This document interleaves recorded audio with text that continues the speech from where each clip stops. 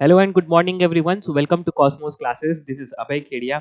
मैं सभी बच्चों का हमारे चैनल पे स्वागत करता हूं। उम्मीद है सभी बच्चों को प्यार भरा नमस्कार।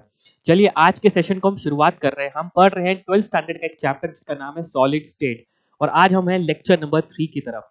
देखिए ये चैप्टर मैक्सिमम इंफॉर्मेशन बेस्ड है, बिकॉज मैं बोलूंगा यार कि यार इस चैप्टर में आपको एग्जाम टाइम इमेजिन करना है तो नहीं, आपको जो भी इमेजिनेशन करने वो मैं आपको आज कराऊंगा और आप उस इमेजिनेशन को अपने माइंडसेट में सेट रखेंगे। But at the same time आप रिजल्ट्स को थोड़ा याद भी रखने की कोशिश करेंगे। दूसरा इंपॉर्टेंट पार्ट है इस चैप्टर का, दैट इज हम चीजों को बहुत सिस्टमैटिक पढ़ें। ठीक है ना। ये चैप्टर अगर आपने रैंडम पढ़ा, बिकॉज एनसीईआरटी में कुछ चीजें ऐसी है जो मैं बोलूंगा थोड़ा ऑर्डर पे नहीं है। मतलब जैसे एग्जांपल दे रहा हूं, मैं आपको जस्ट एग्जांपल दे रहा हूं। एनसीईआरटी में पहले 3 डायमेंशनल अरेंजमेंट पढ़ाया गया, उसके बाद वॉइड्स के बारे में बात करिए। बट मेरा मानना है कि पहले आपको वॉइड्स के बारे में नॉलेज होगा, तो जब आप 3 डायमेंशनल अरेंजमेंट पढ़ेंगे तब तो आप समझेंगे कि भाई आपने को स्फीयर्स को कहाँ रखना है, वॉइड्स में रखना है कि वॉइड्स में नहीं रखना है। सो ऐसे कुछ एक थोड़ा सा मैं आपको बोलूंगा कि इफ यू आर स्टडिंग, आप कोई भी चैप्टर को पढ़ रहे हो, अगर प्रॉपर सीक्वेंस और प्रॉपर फॉर्मेट में पढ़ रहे हैं ना, तो आपके लिए चैप्टर बहुत आसान हो जाएगा। और मैं उसी पैटर्न को फॉलो करते हुए उसी तरीके से आपको चीजों को बहुत सीक्वेंस से पढ़ाऊंगा। चलिए सो लेट्स रिवाइज। पहले थोड़ा सा रिवाइज करते हैं 5 मिनट का फटाफट। सो बेसिकली अभी तक हमने क्या पढ़ा है? हमने पढ़ा है कि भाई इस चैप्टर में there are 2 types of solids, one is amorphous and other is crystalline. Amorphous solids वो सॉलिड्स होते हैं जिसमें पार्टिकल्स का इररेगुलर अरेंजमेंट होता है, जबकि क्रिस्टलाइन सॉलिड्स क्या होते हैं जिसमें पार्टिकल्स का रेगुलर अरेंजमेंट होता है। And due to this regular arrangement हम क्रिस्टलाइन सॉलिड्स की स्टडी कर सकते हैं, हम थ्योरेटिकली इसकी स्टडी कर सकते हैं। So in this chapter we are going to study only crystalline solids, जहां पार्टिकल्स का अरेंजमेंट अपने सॉलिड्स में रेगुलर है, एक प्रॉपर पैटर्न को फॉलो कर रहा है। Now there are 4 types of crystalline solids. आपको चीजें याद हो जानी चाहिए बेटा। मैं एक बार रिपीट करता हूँ, लास्ट 2 सेशन से रिपीट कर रहा हूँ, फिर से रिपीट कर रहा हूँ, जस्ट टू मेक श्योर कि आप जितनी बार चीजों को सुनेंगे बेटा वो चीज आपकी टिप्स में हो जाएंगे, आपको चीजें बहुत आसान लगने लग जाएंगी। जब वो पन्नों का पलटोगे यार, हाँ यार ये तो रट गया यार, सर ने 5 बार बोल दी, सर ने रट गया हमको। क्रिस्टलाइन सॉलिड्स भी 5 तरीके के होते हैं। कौन कौन से? आयनिक solid, metallic solid, covalent solid and molecular solid. हम इस चैप्टर में पढ़ रहे हैं। हम स्टार्ट करेंगे चैप्टर में पढ़ना मेटालिक सॉलिड से। What you mean bye metallic solid? जहां पे मेटालिक सॉलिड मींस, जैसे फॉर एग्जांपल ये आयरन की बॉटल है, ये सिर्फ आयरन की बॉटल है, तो बेटा इसमें आयरन के ही सिर्फ एटम्स हैं, this is called metallic solid. ठीक है ना। यहाँ पे आयरन के एटम्स, और उस आयरन जब अपने इलेक्ट्रॉन को लूज कर लेता है तब जो मेटल कैटायन बनता है जिसको बोलते हैं कर्नल, वो इलेक्ट्रॉन और कर्नल के बीच में जो अट्रैक्शन फोर्स है उसके कारण जो बॉन्ड बनता है उसको बोलते हैं मेटालिक बॉन्ड। सो बेसिकली हम पढ़ने वाले हैं मेटालिक सॉलिड्स के बारे में, जहां पे मेटालिक सॉलिड्स में जो कैटायन है उनके कैटायन का साइज, उनके एटम का साइज, कंस्टिट्यूएंट पार्टिकल का साइज क्या सेम है। ठीक है ना। फिर हम बाद में पढ़ेंगे, जब पूरा मेटालिक सॉलिड हम कवर कर लेंगे तब हम बाद में इसको पढ़ेंगे आयनिक सॉलिड के बारे में, जहां कैटायन एनायन का साइज अलग अलग होता है। और बाकी जो कोवलेंट सॉलिड और मॉलिक्यूलर सॉलिड है ये आपने ऑलरेडी पढ़ लिया 11th स्टैंडर्ड में केमिकल बॉन्डिंग में। ठीक है ना। फिर मैंने आपको बताया था इस चैप्टर में कुछ बेसिक टर्म्स हैं जो बार बार यूज होंगी और आपको उन टर्म से घबराना नहीं है। जैसे कि पहला जो इंपॉर्टेंट टर्म आपके लिए यूज होगा, that is going to be lattice, space lattice. What you mean by lattice? It is basically the arrangement of points और particles in a 3D। Particles के अरेंजमेंट को हम क्या बोलते हैं? That is called it's lattice. ठीक है ना। और फिर वो जो पॉइंट्स होते हैं, those points are called as lattice points। फिर अब इस चैप्टर की सबसे खास बात कि सर आपने सिंस बोला, since you are studying crystalline solids, what you mean by crystalline solids? The particles are arranged in a regular manner.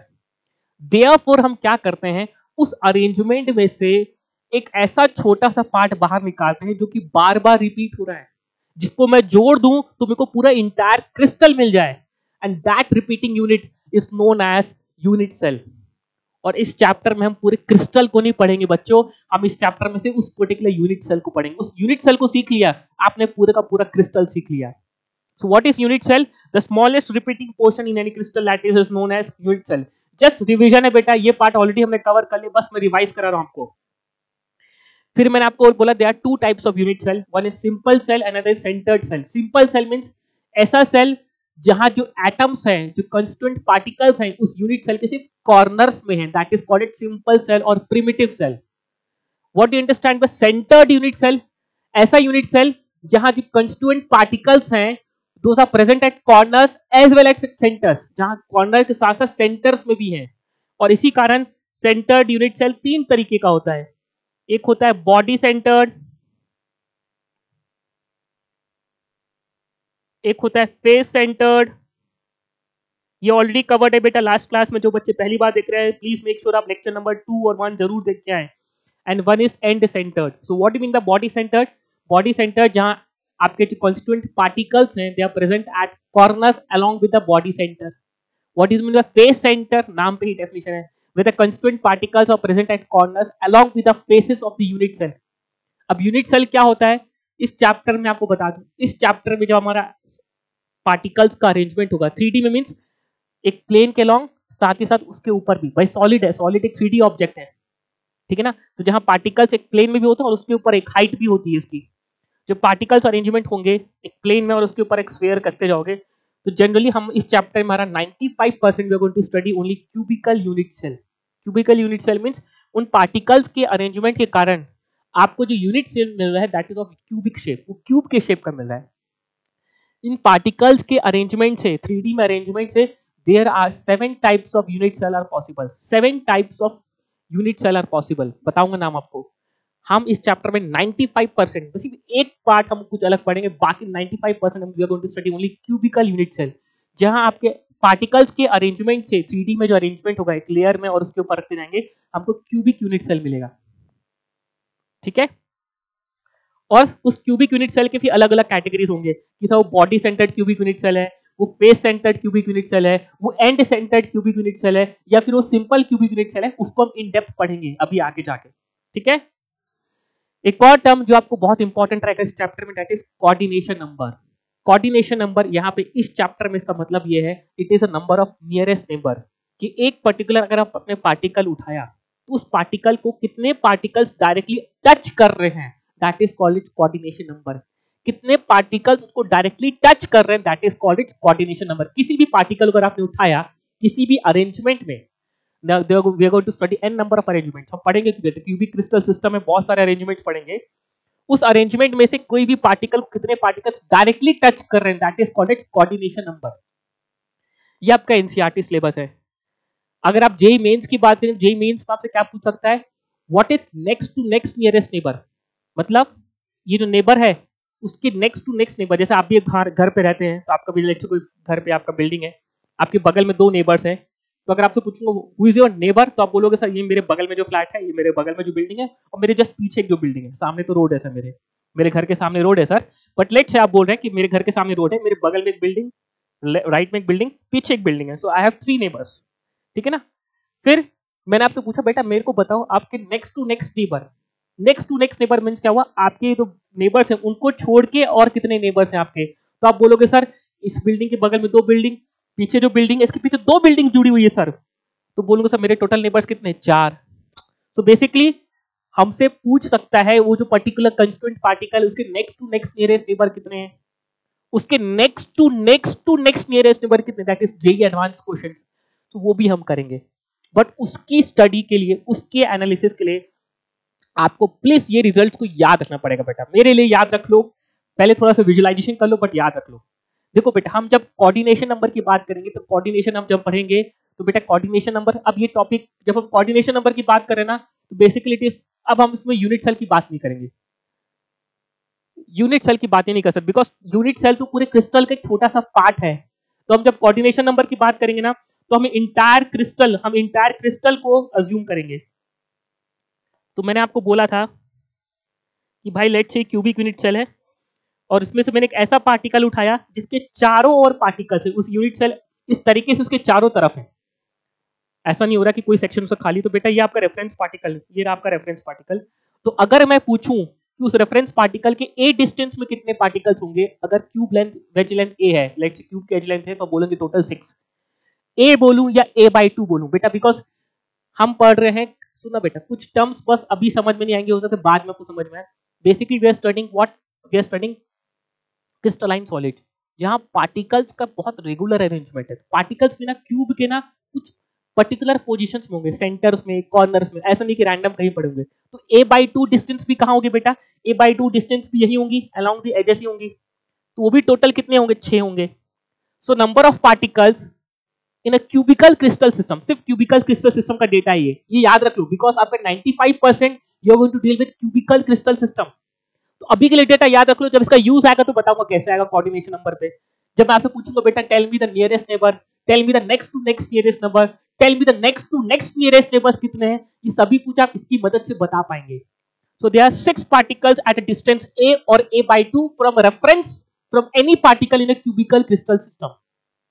और उसको एनालाइज करने के लिए आपको इस पार्टिकल को सिर्फ यहाँ पे आपको सिर्फ उस क्यूबिकल क्रिस्टल सिस्टम को नहीं देखना, आपको मतलब उस पर्टिकुलर यूनिट सेल को नहीं देखना, आपको देखना है कि भाई वो पार्टिकल कितने क्यूबिकल क्रिस्टल सिस्टम से घिरा हुआ है, पूरा का पूरा अरेंजमेंट देखना है। ये विजुलाइज करना थोड़ा डिफिकल्ट होता है, बट स्टिल डेटा याद रख लो। सिमिलरली अगर मैं आपसे पूछूं कि उस एक रेफरेंस पार्टिकल से √2a डिस्टेंस में कितने पार्टिकल्स होंगे, अब √2a डिस्टेंस होता है क्यूब के करस्पॉन्डिंग फेस डायगोनल की लेंथ होती है। तो सिमिलरली बच्चों ये डेटा भी याद रख लो। इसका विजुअलाइजेशन मैंने आपको पहले थोड़ा बहुत करा दिया है, सेकंड लेक्चर में कराया है।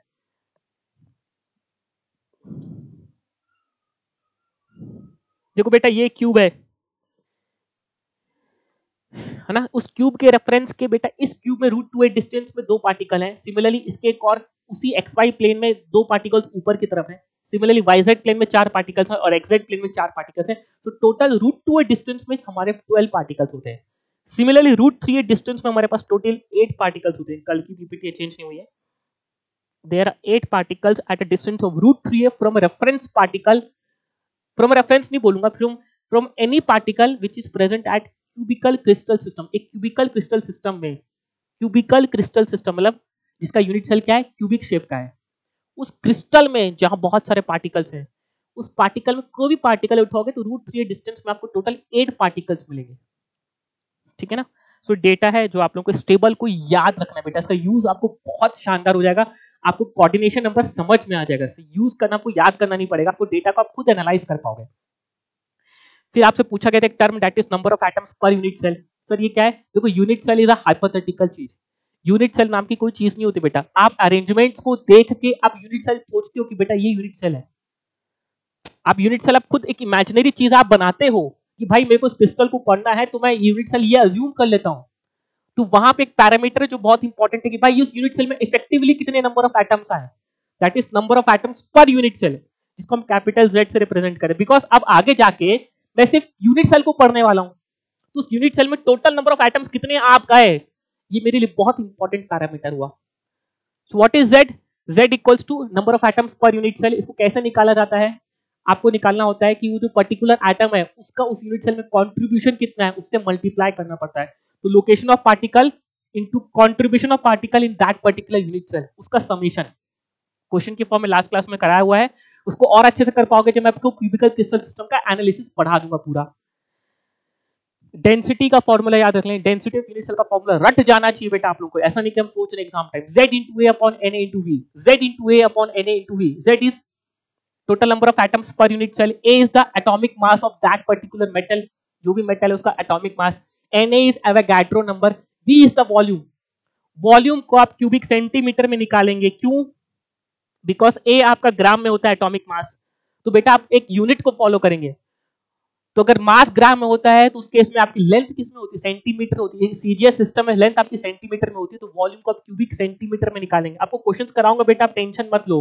कई बच्चे सोच रहे हैं कि सिर्फ थ्योरी पढ़ा रहे हैं, बेटा मैं थ्योरी नहीं पढ़ा रहा हूँ, पहले कंसेप्ट को स्ट्रॉन्ग कर रहा हूँ, फिर जब मैं आऊंगा, जब मैं क्रिस्टल सिस्टम को डील करूंगा तो मैं फॉर्मूलेस को डायरेक्ट यूज करूंगा। ठीक है। सिमिलरली एक और इंपॉर्टेंट टर्म है दैट इज पैकिंग फ्रैक्शन। ये बहुत इंपॉर्टेंट टर्म है मेरे एक सॉलिड्स के लिए। पैकिंग फ्रैक्शन से आप क्या समझते हो बेटा?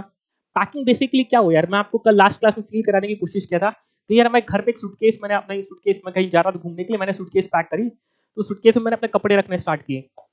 फिर मैंने बोला यार मेरे कपड़े पूरे नहीं आ रहे, मैंने बोला यार मम्मी मेरे को एक और लगेज दो, मेरे को उसमें सूटकेस में उसमें कपड़े डालने हैं। मम्मी ने बोला बेटा तू किनारे हट। मेरी मम्मी ने फिर उसको उन्हीं कपड़ों को पूरे सूटकेस में भर दिया, उसके बाद भी जगह बच गई। इट मीन्स उन्होंने पैकिंग बहुत अच्छी करी, उन्होंने पैकिंग इतनी अच्छी करी कि उन्होंने इस पूरे सूटकेस की छोटी से छोटी स्पेस को भी ऑक्यूपाई कर लिया। तो that arrangement that is called it's packing. पर उसकी पैकिंग क्या थी? परफेक्ट थी। और सॉलिड्स में ये बहुत इंपॉर्टेंट है, बिकॉज सॉलिड्स में जितने एटम जितने क्लोज होंगे वो उतना अच्छा सॉलिड कहलाएगा, because in solids atoms are closely packed. Solids liquid gases फर्क ही है ना कि सॉलिड्स में जो कंस्टिट्यूएंट पार्टिकल्स होते हैं, चाहे कैटायन हो चाहे एनायंस हो, ये जितने पास होंगे सॉलिड उतना अच्छा होगा। सो यस, सॉलिड में जिसकी पैकिंग एफिशिएंसी इतनी ज्यादा, the better is the solid. More is the packing efficiency the better is the solid. Formula रट जाए आप लोगों को, मैंने डेरिवेशन समझा दी लास्ट क्लास में, बट इंपॉर्टेंट है फॉर्मूला रट जाए, that is z into 4/3 pi l cube upon volume of unit cell. और ये वॉल्यूम ऑफ यूनिट सेल आपका जनरली क्या होने वाला है, a cube, if unit cell is cube. अब हमारा यूनिट सेल बेटा मैंने आपको बोल दिया है भाई, इस चैप्टर में यूनिट सेल आपका a ही होने वाला है, ठीक है ना। अगर a is a unit volume of, let's say edge length of unit cell, then volume is a cube, ठीक है ना। आई थिंक अपना रिवीजन बहुत हो गया, अब मैं I have already taken 15 minutes of your time ठीक है ना, रिवीजन में निकल गया, बट कोई बात नहीं यार, प्लीज आप लोग इस चीज को वो मत लेना कि सर आप पार्ट टाइम वेस्ट हो रहा है, it is not time waste, basically ये चीज आपके दिमाग में सेट हो रही है, ठीक है ना। चलिए, लास्ट क्लास में एक होमवर्क दिया था आपको, calculate 2D packing fraction of giving structure, इसका पैकिंग फ्रैक्शन निकालना है। अब बेसिकली क्या हो रहा है, आपको इस स्ट्रक्चर में पहले आपको क्या करना पड़ेगा, पैकिंग फ्रैक्शन निकालने के लिए। अब पैकिंग फ्रैक्शन के लिए आपको निकालना पड़ता है, पहले एक यूनिट सेल डिसाइड करना पड़ता है, उसका यूनिट सेल आपका कुछ ऐसा बनेगा बेटा। इसका यूनिट सेल बनाऊंगा तो इसके सेंटर, इसका सेंटर, इसके सेंटर, इसका सेंटर, इसके सेंटर को जोड़ के मैंने जो यूनिट सेल निकाला दैट इज स्क्वायर, तो इसका यूनिट सेल क्या बना, स्क्वायर, ठीक है ना। तो अगर स्क्वायर की लेट से एज लेंथ a है और इस सर्कल का रेडियस लेट से r है, तो मैं क्या बोल सकता हूं कि a equals to 2r, because since circles are touching each other, वो एक दूसरे को टच कर रहे हैं, therefore a equals to 2r, जो एज लेंथ है वो 2r के बराबर हो गई, बिकॉज वो जो एज लेंथ है वो दोनों सर्कल के सेंटर्स को ज्वाइन करते हुए बनी हुई है, ठीक है ना। नाउ पैकिंग फ्रैक्शन निकालने के लिए अल्टीमेटली में वो क्या चाहिए, मेरा 2D मींस बेसिकली ये सर्कल्स हैं, ध्यान रखना, और देयरफॉर मेरा यूनिट सेल है एक स्क्वायर है। तो what do you mean by packing fraction, packing fraction से क्या होता है बेटा, what do you mean by packing fraction, आपको बताया था कितने उस यूनिट सेल में कितना वॉल्यूम एटम्स ने ऑक्यूपाई किया upon total volume of unit cell, यही था। What do you mean by volume, याद करो मैंने आपको बताया पैकिंग फ्रैक्शन क्या था बेटा आपका, कितना वॉल्यूम एटम्स ने ऑक्यूपाई किया upon volume of unit cell. Since I have asked you, since it is asking 2D, it is asking 2D packing fraction, therefore मैं पैकिंग फ्रैक्शन को ऐसे लिखूंगा, मैं instead of writing volume, since अब चीजें मेरी जो है वो प्लेन में है, तो वॉल्यूम की जगह बस मैं इसको एरिया बोल दूंगा यार, भाई चीजें 3D में ना होने के बजाय मेरी चीजें क्या है, प्लेन में है, so it is going to be area of units, area of atoms in unit cell, वो जो एटम्स है उसका यूनिट सेल में कितना एरिया है upon volume of unit cell. अब एटम्स कितने बेटा बताइए, कितने एटम्स हैं आपके पास, तो आप बोलोगे जो हर एक एटम है, what is area of atoms, area of atoms कैसे निकालेंगे आप, सर एटम्स क्या है, सर्कल है, ठीक है ना। नाउ एरिया ऑफ एटम्स कैसे निकालेंगे, it is z into pi r square, कि सर टोटल एटम्स कितने, लेट्स से z, एक एटम का सर हमको पता है एरिया कितना होता है, pi r square, because circle है, तो z into pi r square. z कैसे निकालेंगे, z इक्वल्स टू आएगा, कितने सर्कल्स हैं, 4, हर एक सर्कल का कंट्रीब्यूशन कितना है 1/4, ये 1/4 कैसे आया सर, 90 डिग्री है अपॉन उस सर्कल का सिर्फ 90 डिग्री वाला पोर्शन यूनिट सेल के अंदर है, और टोटल सर्कल का एंगल कितना 60 डिग्री, तो बेसिकली कितना कंट्रीब्यूशन आ गया 1/4, देखो z का वैल्यू कितना आ गया 1, और टोटल सर्कल कितने 4, तो एरिया ऑफ एटम्स कितना हो गया 1 into pi r square, that is pi r square, ठीक है ना। अब सबसे important part, now volume of unit cell, unit cell क्या है बेटा आपका स्क्वायर है, इसका वॉल्यूम कितना होगा a स्क्वायर। अब यूनिट सेल मैं आपको बोल चुका बेटा, यूनिट सेल एक हाइपोथेटिकल चीज है, जब भी आपको यूनिट सेल बनाएंगे बेटा, तो उस यूनिट सेल के जो भी एज लेंथ है, डायमेंशंस है, चाहे लेंथ हो चाहे हाइट हो, उन सभी डायमेंशंस को आप उन क्रिस्टल अरेंजमेंट में जो सर्कल्स हैं या स्फीयर है उनके रेडियस के टर्म्स में एक्सप्रेस करेंगे। Unit cell is a hypothetical चीज, you have to convert the edges of unit cell in terms of radius, ये आपको करना पड़ेगा, बिकॉज यूनिट सेल एक हाइपोथेटिकल चीज है। तो यहाँ पे हमको पता है कि since a equals to 2r, अभी थोड़ी देर पहले बताया था, therefore volume of unit cell कितना बन गया आपका, इट इज 2r का whole square which is 4r square, therefore packing fraction क्या आ गया आपका, पैकिंग फ्रैक्शन क्या होता है सर, कितना एरिया हमारे एटम्स ने ऑक्यूपाई किया upon volume of unit cell. यहाँ पे एरिया है बिकॉज यहाँ पे 2D की बात हो रही है, अदरवाइज ये पैकिंग फ्रैक्शन में वॉल्यूम टर्म आता है, बट सिंस हमने 2D लिखा है, टर्म भी लिखा है 2D, कि भाई आपने पेपर में बस फिगर को ड्रॉ किया है, but actually these are not sphere, these are circle only. तो यहाँ पे एरिया के बजाय वॉल्यूम की जगह क्या होगा, एरिया। एरिया ऑफ एटम्स कितना हो गया हमारा, थोड़ी देर पहले निकाला था, pi r square upon volume of area of unit cell कितना है, 4r स्क्वायर। देखो r स्क्वायर कैंसिल, ये आगे पाई बाई 4, पाई होता है आपका 3.14 divide by 4। Therefore packing fraction आ गया आपको सॉल्व करके 0.785 आता है, वैल्यू याद हो जाना चाहिए। देयरफॉर पैकिंग एफिशिएंसी पूछूं जिसको ईटा बोलते हैं, इट इज 78.5%। मतलब 78.5% आपकी बहुत अच्छी पैकिंग हुई है। 78.5% आपने यूनिट सेल का ऑक्यूपाई कर रखा है।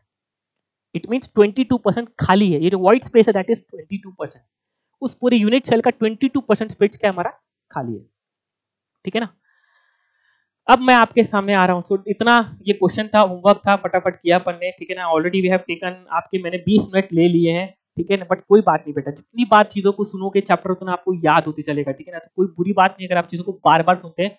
एक बार स्टार्टिंग में स्लो था, बट अब फास्ट है, स्लो फास्ट, फास्ट चलेगा तो आपको चीजें याद होती रहेंगी, आपको रिकॉल करते जाएंगे। मेक श्योर आप रिवाइज जरूर करते रहें, ठीक है ना। ना क्लोज पैकिंग इन क्रिस्टल्स, अब क्रिस्टल्स में हम पैकिंग करने जा रहे हैं। तो सुना बेटा, कोई भी क्रिस्टल हो, फॉर एग्जांपल भाई ये भी एक सॉलिड पीस है, ठीक है ना।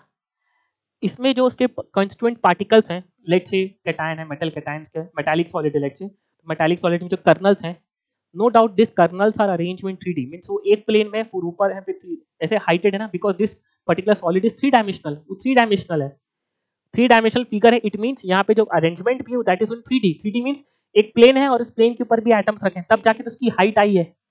This is not a plane of paper, एक प्लेनर चीज तो है नहीं, ये एक 3D ऑब्जेक्ट है which has got some height also. तो सॉलिड में आपका जो अरेंजमेंट होता है, those arrangement is in 3D only, but still in order to have a better understanding लिए हम 1D 2D कि भाई 1 डायमेंशनल मींस हम 1 डायमेंशनल अरेंजमेंट से क्या समझते हैं। सॉलिड्स में अरेंजमेंट कौन सा होता है भाई, सॉलिड्स में, since solids are 3D, solids क्या है बेटा, 3D ऑब्जेक्ट्स हैं भाई। Therefore arrangement in them is, उसमें भी अरेंजमेंट कैसा है, 3D। But in order to have better understanding, हम बेटर अंडरस्टैंडिंग के लिए कि भाई अरेंजमेंट कैसे कैसे हो सकते हैं, हम will start with 1D 2D and 3D dimensional arrangement. कि 1 डायमेंशनल अरेंजमेंट क्या होता है, what do you mean bye 2 dimensional arrangement, और उसके बाद हम 3 डायमेंशनल अरेंजमेंट में शिफ्ट करेंगे। तब तक आपका बेस क्या, फाउंडेशन डेवलप होते जाएगा। अच्छा अच्छा ऐसा, बस इसीलिए, ठीक है ना। So what you understand bye 1 dimensional arrangement, नाम से 1 dimensional means the arrangement of particles in a line. जब किसी पार्टिकल का अरेंजमेंट या तो आप किसी लाइन के अलोंग कर रहे हैं, सिर्फ एक लाइन के अलोंग, ऐसे अरेंजमेंट को हम क्या बोलते हैं, 1 dimensional arrangement. The arrangement of particles in a line that is along any one axis, either x axis or y axis or z axis, either any of the axis, किसी भी axis के along, ठीक है ना। और इस arrangement को अगर मेरे को एनालाइज करना है, the only thing which I need is the distance between the centre of this 2 particles. अगर मेरे को उसको एनालाइज करना है कि ये अरेंजमेंट ज्यादा अच्छा है कि वो अरेंजमेंट ज्यादा अच्छा है, the only thing which I need is the distance between the atoms, centre of the atoms. ये डिस्टेंस मेरे को चाहिए बस, और कुछ नहीं चाहिए। एग्जाम्पल के तौर पे, अब जैसे मैं एग्जाम्पल दे रहा हूं बेटा, फॉर एग्जाम्पल, एग्जाम्पल समझना, जैसे एग्जाम्पल लो बेटा, ये एक सॉलिड है, 2 ये स्क्वायर है, एक स्क्वायर में एटम्स का अरेंजमेंट कुछ ऐसा है कि एक दूसरे को टच कर रहे हैं, तो आप बोलोगे सर A = 2R। एक स्क्वायर में अरेंजमेंट ऐसा है कि एक दूसरे को टच नहीं कर रहे हैं, तो आप क्या बोलोगे सर, विच, अब यहाँ पे आपने अरेंजमेंट आपका एक ही लाइन के लॉन्ग है, बट यहाँ पे विच पैकिंग इज बेटर। अल्टीमेटली इस पैकिंग को एनालाइज करने के लिए you need only the distance between the centres, उनके बीच के सेंटर का डिस्टेंस मिल जाए तो आप एनालाइज कर पाओगे which one is better packing, ठीक है। बस इतना ही, definition is also important. Now the only, अब ये थोड़ा आपके लिए इंपॉर्टेंट है, 2-dimensional close packing. Now what do you understand by 2-dimensional? 2-dimensional close packing means the packing of atoms in a plane, जहां atoms का arrangement कहाँ हो, along x-axis भी हो और along y-axis भी हो। When the arrangement takes place in between 2 axes, ठीक है ना। Arrangement of particles in a plane that is along x-axis and y-axis, x-axis के along भी हो, y-axis के along भी हो, ऐसे arrangement को हम क्या बोलते हैं, 2D close packing, 2-dimensional। It means the arrangement is taking place along x-axis and y-axis, दोनों axis के along। ऐसे अरेंजमेंट को हम क्या बोलेंगे, 2D close packing. along the axis नहीं बेटा, एक ही लाइन के लॉन्ग नहीं है, आपका वाई एक्सिस के लॉन्ग भी हो, ठीक है ना। अब इस पर्टिकुलर अरेंजमेंट को एनालाइज करने के लिए कि भाई किस टाइप का यूनिट सेल बन रहा है, कैसा है, इसको एनालाइज करने के लिए वी नीड 3 पैरामीटर्स। किस टाइप का यूनिट सेल बन रहा है, सब चीज को एनालाइज करने के लिए we need 3 parameters. One is the distance, two distances, one is the distance along x axis, one is the distance along y axis and the angle between them, gamma. अगर आपको ये 3 पैरामीटर्स पता है तो आप बता सकते हैं कि भाई आपका किस टाइप का यूनिट सेल बनेगा। एंड सुनना बेटा, द पॉसिबल there are, सुनना बेटा, there are 5 types of unit cell are possible, 5 types of unit cell possible in 2-dimensional arrangement। जैसे कि example like cube, sorry cube बोल रहा हूँ, स्क्वायर। भाई एक या तो स्क्वायर बन गया आपका जब a इक्वल्स टू b और गामा इक्वल्स टू 90 डिग्री है, लाइक स्क्वायर।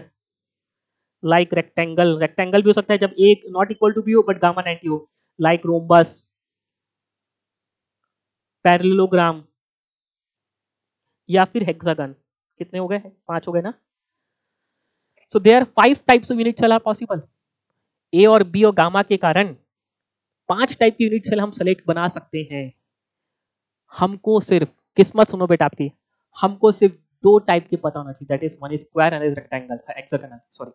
हमको सिर्फ 2 पढ़ना है, one is square and other is hexagonal. So we have to study only 2 unit cell in two dimensional arrangement. सिर्फ 2 टाइप की यूनिट सेल को हमको पढ़ना है। पॉसिबल तो बहुत सारे हैं बट हमारे सिलेबस है बेटा, हम इतने कॉम्प्लेक्स स्ट्रक्चर्स को नहीं पढ़ रहे बेटा। सॉलिड स्टेट अगर आप पूरा हर एक टाइप के सॉलिड्स के स्ट्रक्चर्स को एनालाइज करने बैठेंगे, so there n types of possible arrangements और एन टाइप के यूनिट सेल्स बनेंगे बेटा आपके, मतलब बहुत टाइप्स के बन सकते हैं। बट हम जो पढ़ने वाले हैं कि जब एटम्स को आप प्लेन में अरेंज कर रहे हैं तो बेटा आपका या तो स्क्वायर क्लोज पैकिंग, जब आपका स्क्वायर टाइप का यूनिट सेल बने या फिर हेक्सागन टाइप का यूनिट सेल बने। So we have to study only 2 types.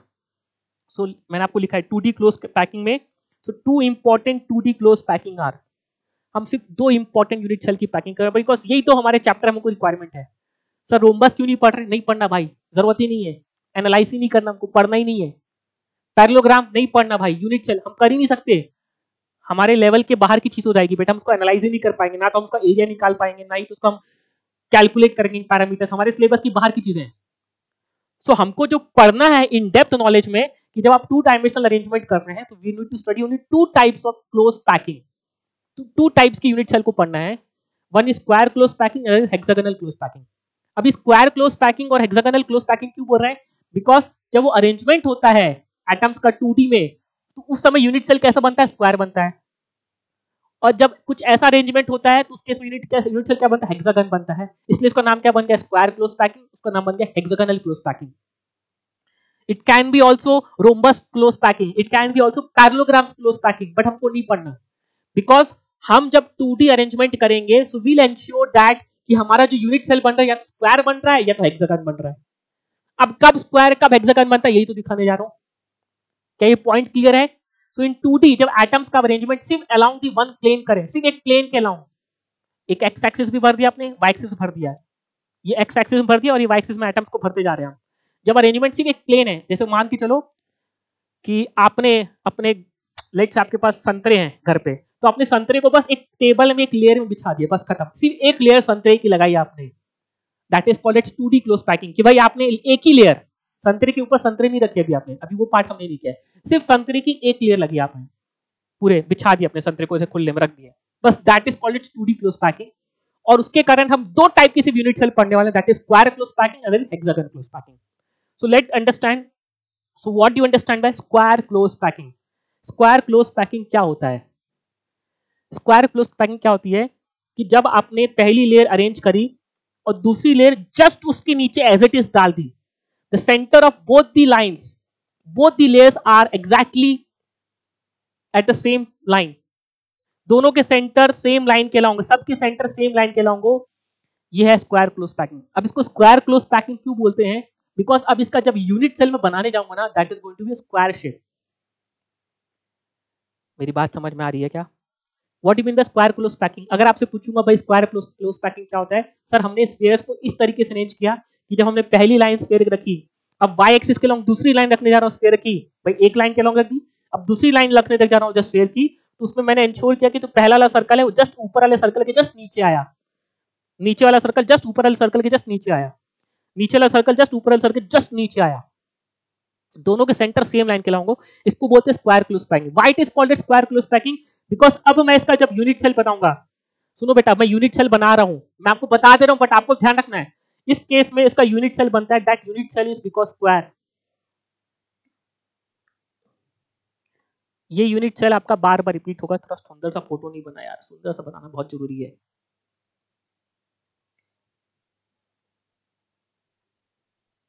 ठीक है ना, थोड़ा इमेजिन कर लेना भाई, ठीक है ना।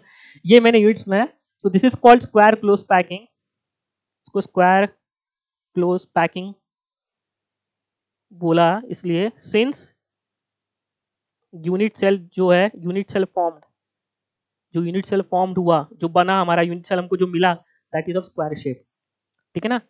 जहां पे अगर लेट से रेडियस ऑफ स्फीयर हमारा आर है, तो अगर मेरा ये जो ए है, this A equals to 2r, ठीक है ना, b इक्वल्स टू भी 2r होगा, नीचे वाली लेंथ y एक्सिस के लॉन्ग भी जो लेंथ होगी दैट इज ऑल्सो 2r, और इनके बीच में जो एंगल है that gamma equals to 90 degree. ठीक है ना। अब इस पैकिंग के लिए अब आप क्वेश्चन के फॉर्म में जाओगे तो क्वेश्चन में आपको अनाप शनाप क्वेश्चंस मिल जाएंगे। मैं इसका पूरा एनालिसिस आपके सामने परोस दे रहा हूँ, जो जो पूछ सकता है आपसे, क्या क्या पूछ सकता है। चलो sir, let's do the analysis, पूरा एनालिसिस करते हैं। ठीक है ना। चलो, यूनिट सेल फॉर्म्ड, तो अगर आपने, मैं आपसे ऐसे वर्बल क्वेश्चन बना दिया, when the atoms are arranged in a plane such that the first line and the second line and the centres of this atoms of the second line are just on the same line. मतलब ultimately मैंने language ऐसे कुछ put up कर दी कि आपको समझ में आ गई कि एटम्स का अरेंजमेंट कुछ ऐसा है। तब क्वेश्चन पूछा what is the unit cell form, आपको पता है the unit cell form is square. Unit cell क्या बनेगा सर? स्क्वायर। तो व्हाट आर द पैरामीटर्स? आप बोलोगे सर पैरामीटर्स क्या हुआ? सर यूनिट सेल बना स्क्वायर, तो यूनिट जो स्क्वायर की लेंथ है a इक्वल्स टू b होगा, दोनों की लेंथ क्या होगी? 2r, और दोनों के बीच का जो एंगल है that is going to be 90 degree. अब आता है third important part, that is number of atoms per unit cell. अब देखिए ये यूनिट सेल मेरा सिलेक्ट किया हुआ बेटा आपके सामने, इसको हाईलाइट करता हूँ थोड़ा सा, थोड़ा सुंदर सा हाईलाइट करते हैं कलर से। ठीक है ना। और अब आपसे पूछूं how many number of atoms are present. दिख के तो लग रहा है सर 4 एटम्स पूछे हैं, बट क्या वो चारों एटम्स पूरे के पूरे हैं क्या? नहीं। तो आप क्या बोलोगे सर? टोटल एटम्स कितने हैं हमारे पास? हैं 4। अब हर एक एटम का कंट्रीब्यूशन कितना लिखोगे? 1/4। 1/4 कैसे आया सर? सर उस सर्कल का सिर्फ 90 डिग्री हमारे पास है आउट ऑफ 360 डिग्री। भाई उस सर्कल का पूरा कितना है? 90 डिग्री है out of 360। So basically can I say that this 1/4 क्या है? This 1/4 is basically contribution of one circle, contribution of each circle is 1/4 and this is number of circle। ऐसे तो z निकालते हैं, ठीक है ना। तो z की वैल्यू कितनी आ गई? 1। और क्या पूछ सकता है आपसे? आपसे पूछता है area of atoms in unit cell. उस यूनिट सेल में एरिया ऑफ एटम्स कितना है? तो एरिया ऑफ एटम्स क्या है सर? एटम्स क्या है? सर्कल, ठीक है ना। तो एरिया ऑफ एटम्स क्या होगा? z into pi r square. कितने टोटल नंबर ऑफ एटम्स है इंटू पाई आर स्क्वायर। तो z की वैल्यू कितनी है? 1, और एरिया ऑफ एटम्स कितना है? Pi r square. तो बेसिकली कितना आ गया? एरिया ऑफ एटम्स कितना आ गया? Pi r square. Area of unit cell, अब सब यूनिट सेल का एरिया पूछ सकता है sir. Since unit cell is square, since unit cell is square, therefore area of unit cell कितना हो जाएगा बेटा? A square, where a equals to कितना है बताइए? ए इक्वल्स टू कितना है? 2r। Therefore area of unit cell कितना आ गया? यहाँ पे एरिया लिखना चाहिए था मेरे को, ठीक है ना। इट इज 2r का whole square, it is 4r square. किसी बच्चों के मन में डाउट आ सकता है सर आप एरिया क्यों लिख रहे हैं, वॉल्यूम क्यों नहीं लिख रहे? बिकॉज यहाँ एटम्स का अरेंजमेंट मेरा प्लेन में है बेटा, ध्यान रखना। जब मैं एटम्स की एक लेयर और बिठाने लग जाऊंगा ना, तब मैं वहां पे जाके वॉल्यूम की बात करूंगा इंस्टेड ऑफ एरिया। देखो थोड़ा सा क्लैरिटी रखो। Since the atoms are arranged only in a plane, तो मेरा यूनिट सेल भी एक प्लेनर है। यूनिट सेल भी एक प्लेन की चीज है। मैंने एक 3D यूनिट सेल नहीं लिया, मैंने एक 1D 2D यूनिट सेल लिया है, that is of square shape. तो यहाँ पे मैं एरिया की बात करूंगा इंस्टेड ऑफ वॉल्यूम। लेकिन जैसे ही मैं इन एटम्स का अरेंजमेंट, अब ये जो एटम्स है एक प्लेन के बाद एक और प्लेन, इसके ऊपर एक और लेयर आ जाएगी, तब मैं वहां पे जाके एरिया की बजाय वॉल्यूम टर्म यूज करने लग जाऊंगा इंस्टेड ऑफ एरिया। तब मैं वहां पे क्वेश्चन बन जाएगा what is the volume of atoms per unit cell, what is the volume of unit cell. Just try to understand जो मैं बोलना चाह रहा हूं, ठीक है ना। तो देयरफॉर पैकिंग एफिशिएंसी, अब पैकिंग एफिशिएंसी क्या होगा, अब यहाँ पे पैकिंग मींस कि कितना वॉल्यूम हमारा एटम्स ने ऑक्यूपाई किया upon total volume of unit cell, कि उस यूनिट सेल में कितने वॉल्यूम, अब वॉल्यूम होता था बट यहाँ पे क्या वर्ड है एरिया, कि उस यूनिट सेल के एरिया में कितना एरिया एटम्स ने ऑक्यूपाई किया upon area of unit cell. So what is packing fraction, it is area of atoms in unit cell upon area of unit cell. अब area of atoms one unit cell कितना आया था बेटा, 1 into pi r square आया था, थोड़ी देर पहले निकाला था पीछे, 1 into pi r square, total number of atoms कितने थे 1, जेड कितना था 1, एरिया ऑफ सर्कल कितना होता है पाई आर स्क्वायर, तो पाई आर स्क्वायर था अपॉन 4 आर स्क्वायर, ये देखो r square square pi by 4 आ गया, तो पैकिंग फ्रैक्शन कितना आ गया 0.785। तो देयरफॉर पैकिंग एफिशिएंसी कितनी होगी 78.5, क्योंकि नेक्स्ट स्लाइड में। Now let's talk about coordination number. अब यहाँ पे कोऑर्डिनेशन नंबर निकालना बहुत आसान है, किसी भी एक स्फीयर को पकड़ लो भाई, रैंडमली कोई भी स्फीयर पकड़ लो, एक ही प्लेन में अरेंजमेंट है बेटा, अभी बहुत आसान है कोऑर्डिनेशन नंबर निकालना। जैसे ही एटम्स का अरेंजमेंट 3D में होने लग जाएगा तब दिक्कत होती है, अभी तो बहुत आसान है। कोई भी एक स्क्वायर को उठाओ तो स्क्वायर को डायरेक्टली कितने स्क्वायर टच करें 1 2 3 4, so the coordination number is 4 since arrangement is इन, ध्यान रखो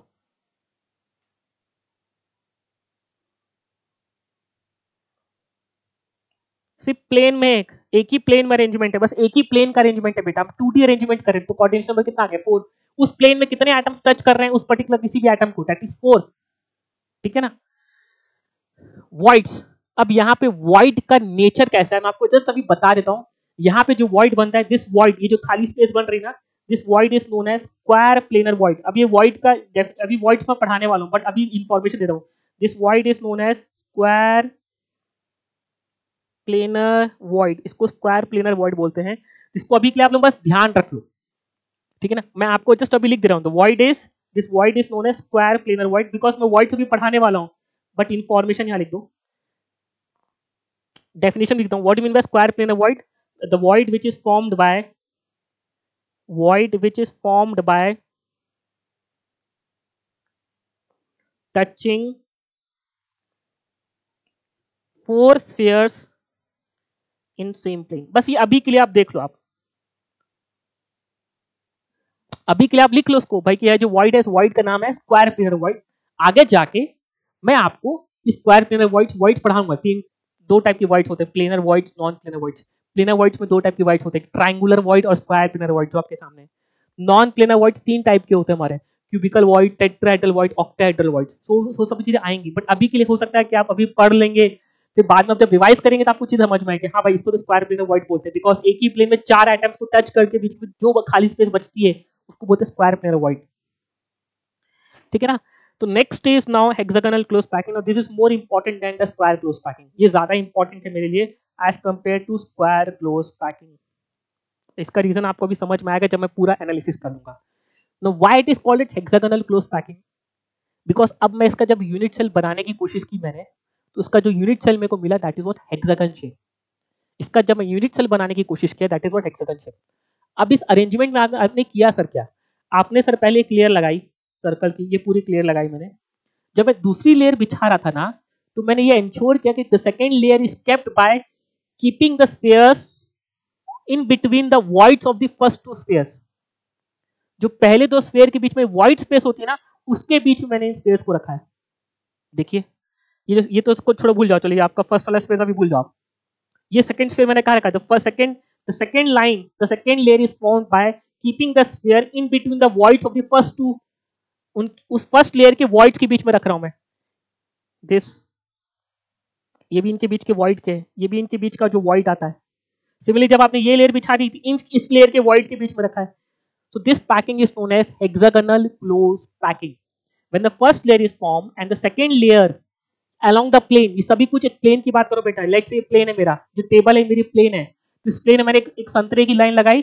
जब दूसरा संतरा बिछा, जब दूसरी लाइन में संतरे लगाने लगा, तो जो फर्स्ट लेयर के बीच में जो 2 सर्कल के बीच में जो व्हाइट बचा वहां फंसा रहा हूं मैं, that is called as hexagonal close packing,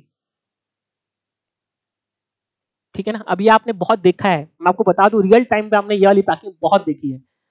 अब मैं आपको बताऊंगा बाद में, हिंट अभी नहीं दूंगा बिकॉज मैं इससे आगे कंक्लूड करने वाला हूं। आपने इस टाइप का अरेंजमेंट आपने खूब देखा है, चलो एग्जांपल देता हूँ बेटा, आप कहीं भी जाना मार्केट में, देखना भी सीजन आएगा तो आपको संतरों का जब सीजन आएगा ना, संतरे के ठेले, भाई मैं देखा हूँ संतरों में, नागपुर में रहता, नागपुर इज ऑरेंज सिटी, तो यहाँ पे जब संतरे मिलते हैं ना बेटा, तो संतरे में ठेले वाले संतरे सजाते हैं। तो क्या करते हैं, ऐसे बड़े बड़े पहाड़ सजा देते हैं भाई संतरों के, और वो ठेला चलाते बिंदास होकर, एक संतरा गिरता नहीं बेटा। इनफैक्ट आप उस पहाड़ में संतरे निकाल लोगे ना, तो संतरे का पहाड़ टूटता नहीं, गिरता नहीं है, बिकॉज उनको जो बेस होता है ना बेटा, वो बेस इसका बना होता है, हेक्सागोनल क्लोज पैकिंग का। अब ये हेक्सागोनल क्लोज पैकिंग अच्छी क्यों है, ये मैं आपको जब पैकिंग एफिशिएंसी निकालूंगा तब समझा पाऊंगा। वो देखना, वो हमेशा पहली लेयर जब बिछाते हैं ना, जब पहली लेयर समझो बेटा, मैं एक लाइन की बात कर रहा हूँ, जब दूसरी लाइन बिछाएंगे ना बेटा, तो हमेशा उसकी वॉइड्स रखते हैं, नीव जो बेस है, बेस लेयर को हमेशा वो हेक्सागोनल क्लोज पैकिंग बनाते हैं। वो स्क्वायर क्लोज पैकिंग बनाएंगे ना बेटा, तो स्ट्रक्चर उनका बहुत वीक होता है, बिकॉज उसकी पैकिंग एफिशिएंसी बहुत खराब होती है यार। इतनी क्लोज, जितना क्लोज पैक्ड होगा स्ट्रक्चर उतना स्ट्रांग होते जाएगा। चलो समझते हैं। So this is called as hexagonal close packing because इसका जो यूनिट सेल बनेगा, let's form the unit cell, इसका यूनिट सेल बनता है हेक्सागोनल शेप का।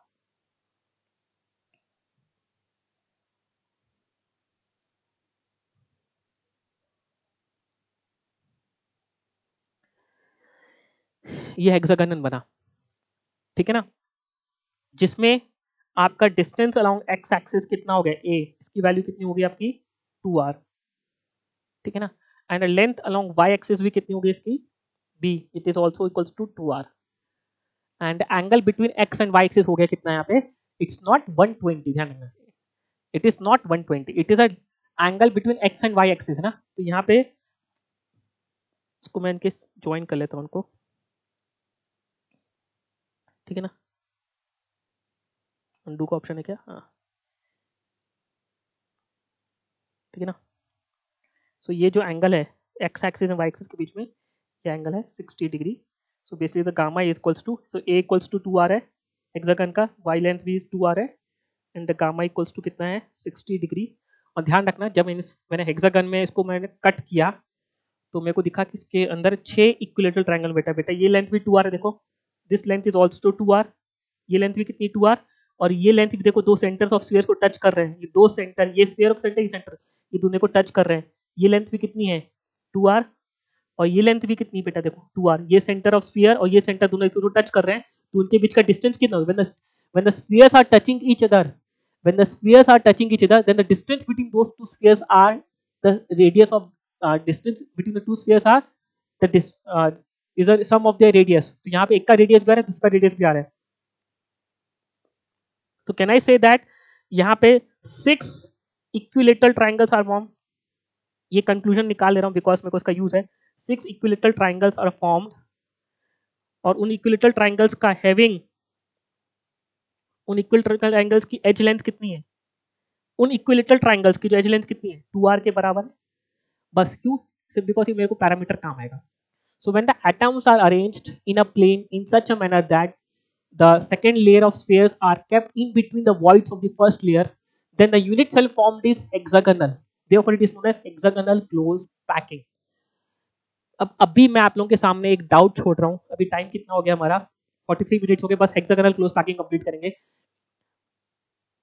जस्ट एक डाउट छोड़ रहा हूँ, एंड आई वांट एवरीवन कि वो डाउट आपके दिमाग में जब मैं आपको बताऊंगा समझ में आए, क्योंकि मैं वो 3D में आएगा, जब मैं 3D क्लोज पैकिंग पढ़ाऊंगा, जब अरेंजमेंट ऑफ एटम्स को मैं 3D में रखूंगा, एक प्लेन और प्लेन के ऊपर भी मैं स्टार्ट करूंगा, तब वहां पे एक ऐसा यूनिट सेल आएगा जहां पे हेक्सागन बनेगा, और उसका नाम भी हेक्सागोनल क्लोज पैकिंग है, इसका नाम भी हेक्सागोनल क्लोज पैकिंग, बिकॉज यहाँ भी यूनिट सेल क्या है हेक्सागोनल है, बट यहाँ पे हेक्सागन प्लेन में बन रहा है, एक हेक्सागोनल प्लेन बन रहा है, वहां पे हेक्सागोनल का पूरा एक वॉल्यूम बनता है 3D में, उसका नाम भी हेक्सागोनल क्लोज पैकिंग है। क्वेश्चन आएगा तो लिखेगा hexagonal, in hexagonal close packing what is the packing efficiency, तो आप बोलोगे सर मेरे को कौन सा चूज करना है, ये वाला कि जो आप 3D में पढ़ाओगे वो वाला। Since we are dealing with solids, so by default whenever in the question hexagonal close packing is mentioned, you have to consider to be 3D close hexagonal close packing। Question में specifically लिखा considering 2 dimensional hexa close packing, तब आपको यहां जाना है। Hexagonal close packing एक term दोबारा आएगा मेरा जब मैं एटम्स को 3 डायमेंशनल अरेंज करूंगा, एक प्लेन और प्लेन के ऊपर भी एटम्स को रखना स्टार्ट करूंगा, बट वहां पे that is more important because ultimately we are dealing with solids, जहां solid is a 3 dimensional figure, 3 dimensional object, जहां उसके पार्टिकल्स का अरेंजमेंट 3 डायमेंशनल में है। So by default you have to consider this, but वहां तक पहुंचने के लिए हमको समझना पड़ेगा भाई कि हम कि 2 डायमेंशनल का बेस्ट अरेंजमेंट क्या है, बिकॉज अल्टीमेटली हमको उस चीजों को बेस लेयर समझना है कि अल्टीमेटली वहां पहुंचने से पहले ये चीज तो क्लियर हो, ठीक है ना। सो यहाँ पे आपसे क्या क्या पूछ सकता है। सो अच्छा, why it is called hexagonal close packing, because the unit cell formed is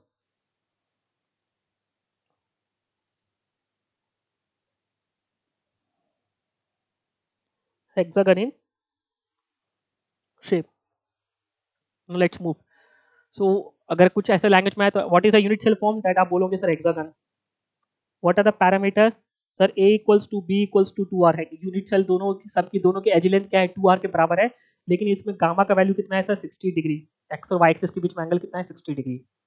now number of atoms per unit cell, कितने एटम्स हैं, देखो बेटा यूनिट सेल के कितने एटम्स हैं, ये रहा आपके सामने यूनिट सेल, ठीक है ना।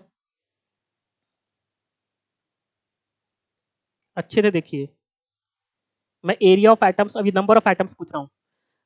क्या मैं ये बोल सकता हूँ बीच वाला एटम तो पूरा एक आया हुआ है, तो मैं बोलूंगा सर बीच में एक एटम है 1 और उसका पूरा का पूरा कॉन्ट्रीब्यूशन है 1 इंटू 1 प्लस उसको 6, बाकी कितने एटम्स हैं देखो बेटा 1,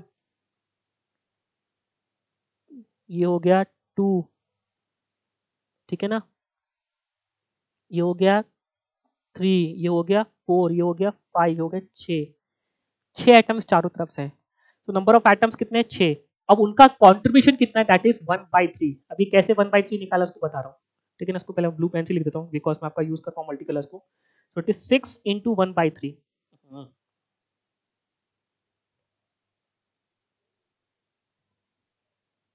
सुनना बेटा, सेंटर वाले का क्या है, इट इज, इसको मैं लैंग्वेज के फॉर्म में लिखना चाहूंगा तो आपको कैसे लिखूंगा बेटा, there is one sphere at the center, one sphere at center, इसका कंट्रीब्यूशन 100% है, कंट्रीब्यूशन इज 100% कंट्रीब्यूशन, पूरा का पूरा आया हुआ है। ये क्या है 6 स्फीयर एट कॉर्नर्स, ठीक है ना। अब कंट्रीब्यूशन कैसे निकाला भाई, सुनना अब बहुत इंपॉर्टेंट टर्म बेटा, 1/3 कंट्रीब्यूशन कैसे निकाला मैंने आपने सर इन स्फीयर का कितना एंगल है 120 डिग्री एंगल आया हुआ है आउट ऑफ 360, तो कंट्रीब्यूशन कितना हो गया इनका 1/3। भाई 2D में अरेंजमेंट है तो उन सर्कल का 120 डिग्री एंगल स्फीयर के अंदर है, देखो आप, ठीक है ना। ये एंगल कितना है, दिस इज एंगल, ये एंगल कौन सा आपका टोटल 120 डिग्री एंगल है, तो उसको 120 डिग्री एंगल अंदर आया हुआ है। टोटल एंगल कितना है उस सर्कल का 360, तो बेटा उस सर्कल का कितना पोर्शन हमारे उस यूनिट सेल के अंदर है, दैट इज 1/3। तो कंट्रीब्यूशन कितना है 1/3, तो 6 इंटू 1/3 प्लस 1 इंटू 1, जो सेंटर वाला सर्कल है पूरा आया हुआ है, तो कंट्रीब्यूशन कितना हो गया 1। एक ही सर्कल है, कंट्रीब्यूशन कितना हो गया 1। 6 सर्कल बाहर की तरफ है, उनका कंट्रीब्यूशन कितना है 1/3, तो टोटल एटम्स कितने हो गए 1 इंटू 1 1, 6 इंटू 1/3 3 सॉरी 3 2 6, तो 2 प्लस 1 कितना हो गया 3,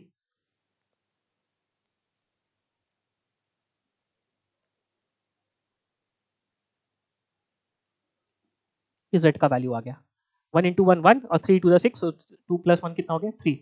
अब एरिया ऑफ एटम्स निकालना है, तो एरिया ऑफ एटम्स क्या होगा z into pi r square, z का वैल्यू कितना है 3, तो 3 pi r square. Next is area of unit cell, इसको ए से लिख दूं कैपिटल ए से ना, वॉल्यूम लिख दे रहा हूं पारा, area of atoms, area of unit cell कितना आएगा। अब हेक्सागन है, हेक्सागन का एरिया कैसे निकालें, मैंने अभी आपको थोड़े पहले बताया कि हेक्सागन में क्या निकालूं, it is area of 6 equilateral triangles, ये बताया था 6 इक्विलेटरल ट्रायंगल से पूरा बना हुआ है, हैविंग उन इक्विलेटरल ट्रायंगल्स का एज लेंथ कितना है, हैविंग एज लेंथ क्या है उन इक्विलेटरल ट्रायंगल्स की कितनी है 2r। अब इक्विलेटरल ट्रायंगल का एरिया मेरे को पता है कितना होता है √3y/4 a स्क्वायर, तो therefore area of unit cell कितना हो गया 6 इंटू √3/4 इंटू 2r का होल स्क्वायर, कितना आ गया 4r स्क्वायर आ गया, तो 6√3r स्क्वायर आ गया। This is the area of unit cell. Again sir आप यहाँ पे एरिया क्यों निकाल रहे हो, because we are dealing with 2 dimensional arrangement, जहां मेरा यूनिट सेल भी 2 डायमेंशनल है, it is not a 3 dimensional thing. यहाँ यूनिट सेल भी एक लेयर्ड ऑब्जेक्ट है, एक सिर्फ प्लेनर ऑब्जेक्ट है। जैसे अरेंजमेंट को आप 3D में अरेंज करना स्टार्ट करोगे तब मैं आपका cubical unit cell, cube unit cell, जहां मैं एक पूरा volume based figure unit cell decide करूंगा, ना कि क्लियर बेस्ड, बिकॉज एटम्स का अरेंजमेंट ऊपर भी है, तो मेरे को उस हाइट पे भी जाके मेरे को कुछ अरेंजमेंट को देख के एक यूनिट सेल को एक्सट्रैक्ट करना पड़ेगा। बट यहाँ तो एटम्स का अरेंजमेंट सिर्फ प्लेन में है, तो मेरा काम सिर्फ प्लेनर यूनिट सेल से चल जा रहा है, तो यहाँ पे यूनिट सेल कितना आ गया 6 into root 3 by 4 a square, a का वैल्यू 2 आर स्क्वायर, तो 4 आर स्क्वायर आ गया, 4 4 कैंसिल हो गया, तो 6 रूट 3 आर स्क्वायर। तो यहाँ पे देयरफॉर पैकिंग एफिशिएंसी क्या हो गई, तो the packing efficiency equals to क्या होगा यहाँ पे, पैकिंग एफिशिएंसी कितने एटम्स आए, that is area of atoms in unit cell upon area of unit cell. देखो area of atoms unit cell कितना है, 3 pi r square upon area of unit cell कितना है, 6 रूट 3 आर स्क्वायर। देखो r square स्वाहा, ठीक है ना, 3 2 जा 6 आ गया, तो ये आ गया पाई अपॉन 2 रूट 3। इसको सॉल्व करके मैं आपको वैल्यू दे रहा हूं, इस पैकिंग एफिशिएंसी की वैल्यू आती है 0.9, पैकिंग फ्रैक्शन की वैल्यू होती है 0.9। देखो पैकिंग फ्रैक्शन कितना होगा 90%, स्क्वायर क्लोज पैकिंग में कितना था 78.5। कौन सी पैकिंग ज्यादा बेटर है, square close, sorry hexagonal close packing. Hexagonal close packing में आप उतनी सी जगह में ज्यादा नंबर ऑफ संतरे को, लेट्स से मैं आपको बोलूं बेटा, लेट्स से मैंने आपको एक स्क्वायर शेप एक बॉक्स ला के दिया, ठीक है, सिर्फ बॉक्स, और मैंने बोला आपको बेटा बस इस बॉक्स में एक लेयर संतरे रखना है, तो बेटर है कि आप जब एक लेयर संतरे रखेंगे तो आप ध्यान रखें कि आप उनके वॉइड्स में रखें। पहला लाइन बिछाया, दूसरा लाइन के वॉइड्स में रखें, बिकॉज वहां पे आपकी पैकिंग 90% आपको मिलती है, जबकि वहां पे 78.5 मिलती है। यहाँ पे आपको काफी जगह आप ऑक्यूपाई यूज कर पाओगे, ठीक है ना। कोऑर्डिनेशन नंबर अगेन, ये प्लेनर ऑब्जेक्ट है, तो आप किसी भी एक स्फीयर को उठाओ, किसी भी एक स्फीयर को उठा लो, आप किसी भी एक स्फीयर को उठा लो, तो स्फीयर को कितने स्फीयर टच कर रहे हैं, तो आप देखेंगे 1 2, थोड़ा यहाँ पे कट रहा है, तो मैं कोऑर्डिनेशन नंबर के लिए यहाँ पे लिख लेता हूँ। अगर आप कोई भी एक स्फीयर उठाएंगे तो देखो कितने स्फीयर टच करना है इसको, 1 2 3 4 5 6, ठीक है ना। तो देयरफॉर कोऑर्डिनेशन नंबर कितना हो गया 6, 6 spheres are touching along the plane, एक ही प्लेन में बेटा आइटम्स है। अभी 3D में करूंगा अरेंजमेंट को, जब ऊपर करूंगा तब आपको ऊपर नीचे सोचना पड़ेगा, तब आपको दिमाग लगाना पड़ेगा, बट अभी के लिए कोई टेंशन नहीं, ठीक है ना। आप कोई भी एक सर्कल उठाओ तो उसको 6 सर्कल टच कर रहे हैं, एंड वॉइड्स, अब यहाँ पे जो वॉइड्स बन रहे हैं, this void is known as triangular void. यहाँ पे जो वॉइड्स बन रहे हैं इसका नाम है ट्रायंगुलर वॉइड। दिस वॉइड, ये जो गड्ढा है ना, इसको बोलते हैं ट्रायंगुलर वॉइड। अब ट्रायंगुलर वॉइड क्या होता है मैं पढ़ाऊंगा आपको, बट अभी के लिए नाम बता दूं बस, triangle void means void which is formed bye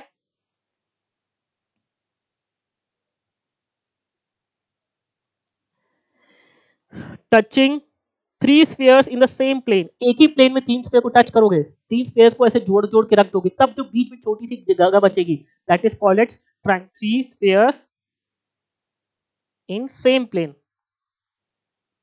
ठीक है ना। अभी तो अरेंजमेंट मेरा एक ही प्लेन के लॉन्ग है, तो ऑब्वियस इसका नाम भी ट्रायंगुलर वॉइड अरेंजमेंट प्लेन में होगा। ये एटम्स कहाँ अरेंजमेंट प्लेन में, ठीक है ना। तो ये ट्रायंगुलर वॉइड आप पढ़ेंगे आगे जाके, ठीक है ना। अब यहाँ पे मैं एक बहुत इंपॉर्टेंट कंक्लूजन में आ रहा हूँ। So we have studied 2D close packing, जो मैंने आपको बोला कि जो एटम्स का अरेंजमेंट आप अलोंग द प्लेन करते हैं, तो मैंने बोला कि भाई हमको सिलेबस में से 2 पढ़ना है, स्क्वायर क्लोज पैकिंग, एक hexagonal close packing. Square close packing क्या है, जब वहाँ पे सेकंड लेयर सर्कल्स की बिछाते हैं तो exactly below the centres of the first sphere बिछाते हैं, that is called square close packing. जबकि हेक्सागोनल क्लोज पैकिंग क्या है, जब सेकंड लाइन बिछाते हैं स्फीयर्स की, तो you kept those spheres in between the voids of the first layer, जो फर्स्ट लेयर के बीच में जो गड्ढा बचता है उस गड्ढे में आप डालते हैं, that is called its hexagonal close packing. So between square close packing and hexagonal packing, किसकी पैकिंग एफिशिएंसी ज्यादा है, सर आप बोलोगे हेक्सागोनल क्लोज पैकिंग की, बिकॉज 90% एफिशिएंसी आ रही है। अब यहां से एक इंपॉर्टेंट कंक्लूजन पॉइंट आ रहा हूं, आगे जाके मैं 3D क्लोज पैकिंग करूंगा, मतलब 3D में एटम्स को अरेंज करना स्टार्ट करूंगा, 3D में एटम्स को अरेंज करना स्टार्ट करूंगा। मैं आपको बोला कि भाई हमारा सॉलिड स्टेट हम बहुत लिमिटेड पढ़ रहे हैं, तो हम जो सॉलिड, जब मैं अरेंजमेंट ऑफ एटम्स का करूंगा, so I am going to make sure that कि उनका जो फाउंडेशन है, जो बेस लेयर है, it is of hexagonal close packing. So आगे जाके हम 3D क्लोज पैकिंग करेंगे ना, तो base layer is going to be hexagonal close packing. Base layer में मैं ये वाली बनाऊंगा, ना कि ये वाली। When I'm going to arrange, अब मैं 3D में जब एटम्स को अरेंज करूंगा, and I have to study only, मेरे को लिमिटेड पढ़ना है, सब ये क्यों नहीं कर सकते, ये भी होता होगा, ये भी पाया जाता है, बट मैं जब अरेंजमेंट करूंगा तो मैं सिर्फ यही पढ़ूंगा, बिकॉज मेरे को लिमिटेड है, हमारा सिलेबस है, उस लिमिटेड सिलेबस में हमारा बेस लेयर का अरेंजमेंट सिर्फ हेक्सागोनल क्लोज पैकिंग, इसलिए ये पढ़ा रहा था मैं आपको आज। सो सिंस इन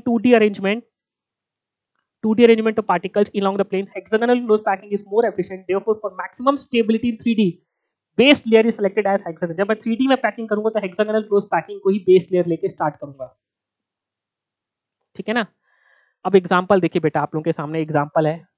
एग्जाम्पल में आपको देखना बेटा, आप पहले इस फिगर में आइए, आप इस फिगर में आप देखिए भाई, उसने उस पूरा ये वाला फिगर देखो आप लोग भाई, देखिए उसने उस फिगर में कहीं भी आपको खाली जगह दिख रही है क्या, थोड़ी सी भी? अल्टीमेटली उसने क्या देखा, देखो देखो ये क्लियर बिछाई, दूसरी लेयर को देखो उसने वॉइड्स में डाला है, and he has utilised maximum space, उसने यूटिलाइज कर ली। That is what the best, he has used the 90% efficiency, उसको अपने अरेंजमेंट में 90% का आउटपुट मिल गया है। अब आगे जितने भी अरेंजमेंट आपको दिख रहे हैं बेटे डायग्राम में, सबके सब 3 डायमेंशनल अरेंजमेंट, ये सभी के सब 3D arrangement, this is also 3D, this is also 3D। But मैं आपको एनालाइज करना चाहता हूं, देखो बॉक्स में भी अरेंजमेंट किया है, देखो ये बॉक्स में अरेंजमेंट किया है, in order to keep maximum number of संतरास, ये हैज मेड श्योर कि देखो द संतरेस are kept in between the voids of the first layers, ये देखो, so that he can use the maximum space of this particular box. दोबारा समझो, एक और देखो, देखो आगे जाके आप देखेंगे बेटा, संतरों की दुकान में से ले ले 3D की पूरी लेयर लगा लेते, पूरा ऊपर ऊपर तक पहाड़ खड़ा कर देते, तो बहुत छोटे दिख रहे बेटा। ये पहाड़ तभी खड़ा कर पाते जब इनका जो फाउंडेशन है ना बेटा, दिस फाउंडेशन जो नीचे वाली लेयर है जो आपको दिख नहीं रही यहाँ पे अभी actually, that is of hexagonal close packing. यहाँ भी देखो बेटा, यहाँ पे जो देखो ये नीचे की लेयर है, देखो अब ध्यान से देखना, जब पीपीटी दूंगा, नीचे वाली जो लेयर बनाई उसने ना, तो उसने स्क्वायर शेप की नहीं बनाई, उसने वो नीचे वाली लेयर में जो बेस लेयर है, उसने बेस लेयर भी हेक्सागोनल क्लोज पैकिंग, जो पहली वाली लेयर के वॉइड्स में रखा है उसने, तब जाके ऊपर उसको अच्छी स्टेबिलिटी मिली, तब जाके इसको 3D में स्टेबिलिटी अच्छी मिली, बिकॉज उसने बेस लेयर जो बनाई थी उसने हेक्सागोनल क्लोज पैकिंग बनाई थी, तब जाके स्ट्रक्चर ऊपर इतना स्ट्रांगली खड़ा हो पाया। और आपने तो देखा भी होगा, जब बिल्डिंग्स बनती बेटा, बिल्डिंग्स बनती ना, तो बिल्डिंग्स में मैक्सिमम फोकस उनके फाउंडेशन में होता है बेटा, जितना मैक्सिमम टाइम फाउंडेशन लगता है उसका तो काम बहुत तेजी से खिंचाता है। Foundation is very important, foundation जितना अच्छा होगा बिल्डिंग उतनी मजबूत रहेगी, उसकी लाइफ उतनी ज्यादा रहेगी। ये सामने एग्जांपल है पुअर फाउंडेशन का, फाउंडेशन बहुत वीक था, नीचे नींव में मेहनत नहीं करी, बिल्डिंग कोलैप्स कर गई। So again when we are going to arrange the atoms in 3D, जब मैं आपको 3D अरेंजमेंट पढ़ाऊंगा कि मैं 3D में एटम्स को अरेंज करना चाह रहा हूं, देख रहा हूं किस टाइप के कितने पॉसिबल अरेंजमेंट पॉसिबल है, so I am going to keep hexagonal close packing as my base layer. It's very important because इसकी पैकिंग एफिशिएंसी कितनी है, 90%, जबकि स्क्वायर क्लोज पैकिंग में कितना है, 78.5%। यहाँ पे जितने भी पैरामीटर्स मैंने निकाले, यहाँ पे एरिया पे निकाले, क्यों? बिकॉज आपका अरेंजमेंट भी एक प्लेन के अलोंग था, तो आपका यूनिट सेल भी एक प्लेनर ऑब्जेक्ट था, ना कि 3D ऑब्जेक्ट। जब आपका अरेंजमेंट 3D में होने लग जाएगा, जब आप एक लेयर के ऊपर और एक लेयर बनाएंगे स्क्वायर्स की, तब मैं वहां पे यूनिट सेल लूंगा, that is going to be of 3D object, cube लूंगा, क्यूबॉइडल लूंगा, हेक्सागोनल लूंगा, एक हेक्सागोनल वॉल्यूम लूंगा, वहां पे जाके मैं एक 3D ऑब्जेक्ट लूंगा। बट अभी मैंने प्लेनर ऑब्जेक्ट लिए, इसलिए मैंने एरिया टर्म यूज किया सब जगह। I think I was able to make you understand 2D close packing क्या होता है, मैंने आपको बहुत अच्छे समझा लिया, ठीक है ना। एंड हमारा सेशन काफी लंबा हो चुका है, आज 1 घंटे का सेशन हो चुका है, मेरे को गारंटीड है कि बच्चे ने पूरा सेशन तो देखा ही नहीं होगा। So this is very important, please आप लोग इसको बहुत अच्छे तरीके से फील करने की कोशिश करो, बिकॉज मैं वो पार्ट जो फील कराना चाह रहा हूँ दैट इज मोर इंपॉर्टेंट यार, मैं आपको रट्टा नहीं मराना चाह रहा हूँ। देखिए मैंने आपको अभी जो क्वेश्चंस कराए, मैंने आपको बहुत सारे क्वेश्चंस करा दिए हैं, बस उसको मैंने एक थ्योरी की फॉर्म पढ़ाया। अब ये चीज मैं आपको क्वेश्चन की फॉर्म में कराऊंगा, जरूर कराऊंगा भाई, मैं कराऊंगा, बट उस समय आपको लगेगा अरे सर ये तो पढ़ा हुआ है, ये तो थ्योरी में पढ़ा है, मजा आएगा, कॉन्फिडेंस आएगा, और यही मेरे को आपसे चाहिए। मैं जब उन चीजों को थ्योरी में बहुत अच्छे समेट दूं, तो आपको वहां पे चीज बहुत अच्छे से अप्लाई कर लोगे आप। सो प्लीज बहुत अच्छे से पढ़ाई करें। सेशन लंबा हो रहा है, खत्म करता हूँ यहाँ पे, अपना छोटा सा प्रमोशन कर दूं भाई कि आप लोग हमारे चैनल को सपोर्ट करें। देखो बहुत मेहनत हो रही है मेरे को, आपको जब पीपीटीज को आप देखेंगे ना बाद में, तो आपको बहुत मजा आएगा कि भाई एक एक चीज को बहुत परफेक्शन से मैंने खुद बनाई है इनफैक्ट, ठीक है ना। सो प्लीज हमारे चैनल को आप लोग, दैट इज कॉस्मोस क्लासेस को आप प्लीज ज्वाइन करें। हमने एक चैप्टर कंप्लीट कर लिया लिक्विड सॉल्यूशन, दूसरा चैप्टर भी जल्दी कंप्लीट करेंगे। So please like a channel that is Cosmos classes को शेयर करो, अपने फ्रेंड्स को बताओ कि they should also get the benefit of those channels, ठीक है ना। And you can also join me on Telegram channel for the frequent updates, that is t.me/abhaychemistry, जिसका डिस्क्रिप्शन बॉक्स में आपको मिल जाएगा, ठीक है। सो यहाँ से आप दोबारा मिलूंगा आपको नेक्स्ट सेशन में, जहाँ मैं 3D क्लोज पैकिंग से स्टार्ट करूंगा। बट अभी 3D में अरेंजमेंट अभी मैं आपके सामने नहीं करूंगा, बिकॉज आप थोड़ा कंफ्यूज हो जाएंगे। सो बिफोर दैट मैं आपको कुछ क्रिस्टल लैटिस के बारे में बताऊंगा, क्या है समझाऊंगा, क्या लिंक करूंगा आपके चैप्टर को, ठीक है। सो टेंशन ना ले आप लोग। So see you in the next class, till take care, goodbye, have a nice day. And please please please अगर आप लोगों ने अभी तक पढ़ाई शुरू नहीं करी बच्चा लोग, तो सीरियस होकर पढ़ाई करना स्टार्ट करो। I have seen many students, in fact मैं अपनी बात बताऊं यार, मैं भी जब यूट्यूब में घुसता हूँ, एक बार बैठता हूँ, तो मैं बहुत टाइम वेस्ट कर जाता हूँ। बैठा था यूट्यूब में कुछ और देखने, टाइम वेस्ट हो गया बहुत कुछ। ये आप लोगों के साथ तो होता ही होगा, बिकॉज यू आर यंगस्टर्स, आप तो भी बहुत कुछ आपको मजा आता है यूट्यूब में, बट स्टिल ये टाइम ऐसा है जहाँ आपको इन सभी डिस्ट्रैक्शन से बचना है भाई। मैं बैठता हूँ यूट्यूब में देखने कुछ, तो मैं बैठ के अनशन न्यूज़ देखने लग जाता हूँ कोविड वोविड की, फिर वो बहुत टाइम खिंचा रहता है, इधर-उधर की चीज़ें देखने लग जाता है आदमी। आप लोगों को भी अवॉइड करना है बच्चा प्लीज़, बिकॉज़ देखो आपके पास आपका टाइम तो बहुत इंपॉर्टेंट है। मेरा जो फेज़ था वो तो निकल गया, ठीक है ना? बट नो डाउट अभी भी मेरे को बहुत टाइम देना पड़ता है, पढ़ना पड़ता है और मैं भी अपने आप को रोज़ अपडेट करते रहता हूँ, प्रैक्टिस करते रहता हूँ। बट स्टिल आप लोग, मेरा जो फेज़ था वो तो निकल गया, बट आप लोगों का जो फेज़ है that is more important, because ये आपके फ्यूचर को डिसाइड करता है। नेक्स्ट ईयर आप अपने इंजीनियरिंग कॉलेज में जाएँगे और वो इंजीनियरिंग कॉलेज आपके आगे के 50 साल या 25-30 साल जो आप गुज़ारने वाले हैं वो डिसाइड करेंगे। सो प्लीज़ ये साल आप लोग इतनी रगड़ के मेहनत करो कि मतलब सामने वाला देख के डर जाए, भाई ये कौन है? ठीक है? चलिए, so see you in the next class, till take care, goodbye, have a nice day, bye bye.